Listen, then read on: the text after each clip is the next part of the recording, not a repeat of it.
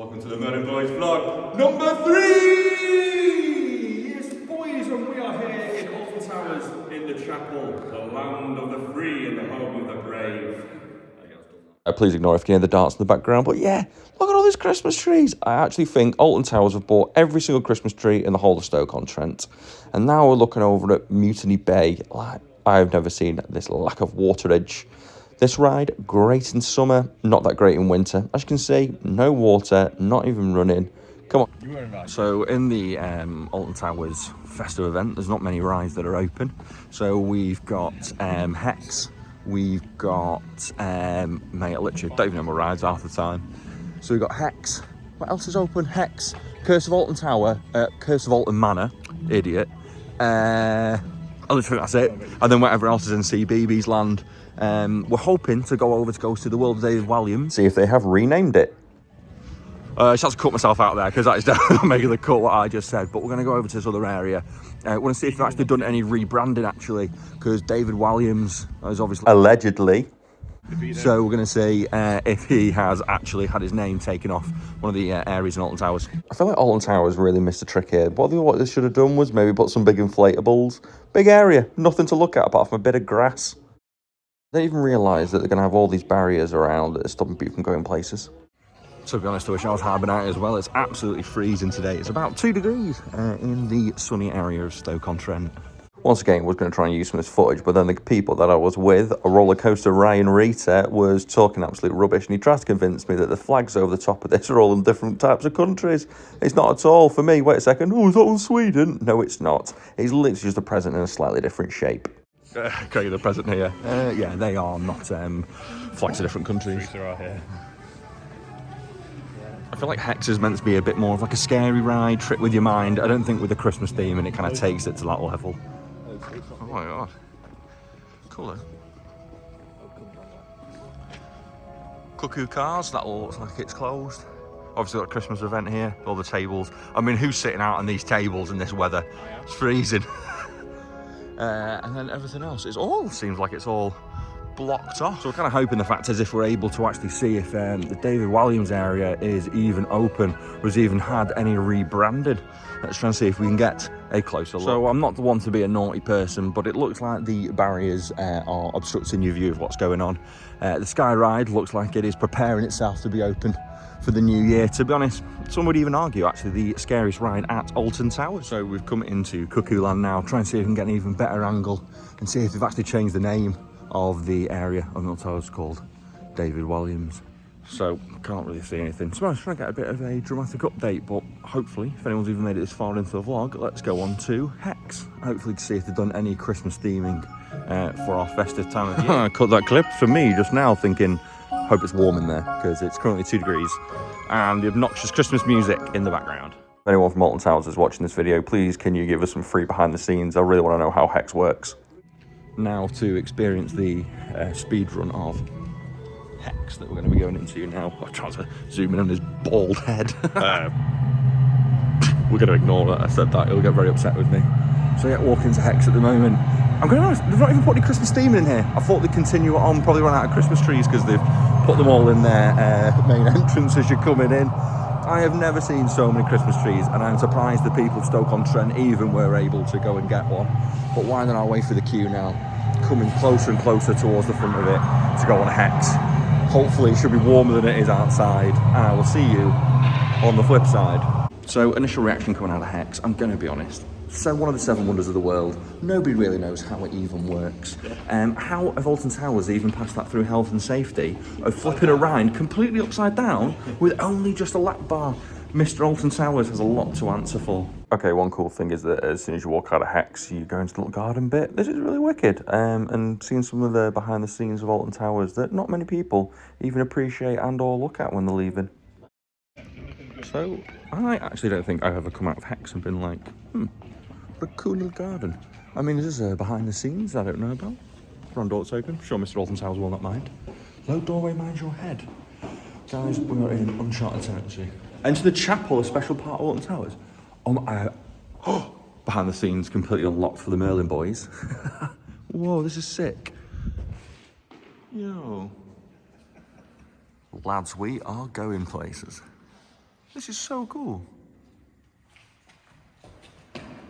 So it's like a brief history of it. Genuinely don't think in my entire life I've ever been in here. This could be a coaster TikTok first. But like a restoration process, feel free to give it a pause and have a look. But look at this chapel, how sick. Literally purely walked in here by mistake. I mean, I could pull some stupid story saying that we were giving it. Oh, this is cool. This guy here thinks he's dropping the next disc track of 2026. Pussy. Now we're going to be heading over to Mutiny Bay. That's Christmas tree number 1374, 1375. Still don't understand how anybody in the Stoke-on-Trent area even got themselves a Christmas tree this Christmas. So just walking towards Mutiny Bay at the moment. They've got loads of little events on. Loads of little stalls are closed that are usually open during the spring and summertime. But yeah, let's go wander over to our next ride. Here we have it. Big Man Bob. I think it's sick that the, or it's even insane to be honest, that they even keep the screens on pretty much all year round. It will be cool, add a little flame on as well, but Big Bob, and it's currently got a 0 wait time because it's closed. Come on, March, hurry up. So we had plans of going to Pizza Pasta, but it looks like that is also closed off. Still continuing my honest review of Alton Towers during the Christmas. It's all right, but more things need to be open. If Phantasialand can operate their rides over Christmas, I feel Alton Towers can as well. I think more people would come if they had things like, even if it was just Open Oblivion. So they've made some changes to here. That's cool. I mean, they're not really changes. Still got a little picture frame that you can do at the front. I feel like sea life is something that is really underrated. I mean, look at all the fishes. You're walking here, nice and warm when it's cold outside, just staring at things. I mean, the colours are just, look at that. Man's our fish cod. You're probably just going to get a load of silent clips in here because I love fish. They are one of the coolest little creatures going around, and it's all nice and warm. And some banging tunes in here as well. Feel free to comment down below, but this is the maddest looking thing I have ever seen in my whole life. Just zooming in on its little fishy chops. And then look at this little thing, sleeping, having a little nap. Let's just say he's just made some content that only adults can watch. But yeah, this is cool. Got a little fish in the tank. I mean, I feel like last time I came here, it was a lot busier, and it stunk less of fish. I think that's ironic that we're in an aquarium, there's lots of smell of fish. I have a feeling a lot of these have probably been made into chips by now. This was well more full last time I came, unless they do like, I don't know, swap over exchange with different places. Hi, my name's Dory, nice to meet you. This is my friend, he's a clownfish. I don't even know how, but these colours are so pretty. Look at all these little clownfish. Mad. We'll zoom in there as well. Bet he's called Nemo. Bet they're all called Nemo. Cultural appropriation. I am a piranha. Fun fact, and most people don't know this, but the ant colony is actually the largest one outside of Europe. No, it's not really, but looks cool though, doesn't it? This is one of the views into the massive aquarium. They've got loads of different sharks and fish in here, and you could honestly just stand here for hours and hours, just watching the fish just swimming around. And you know what?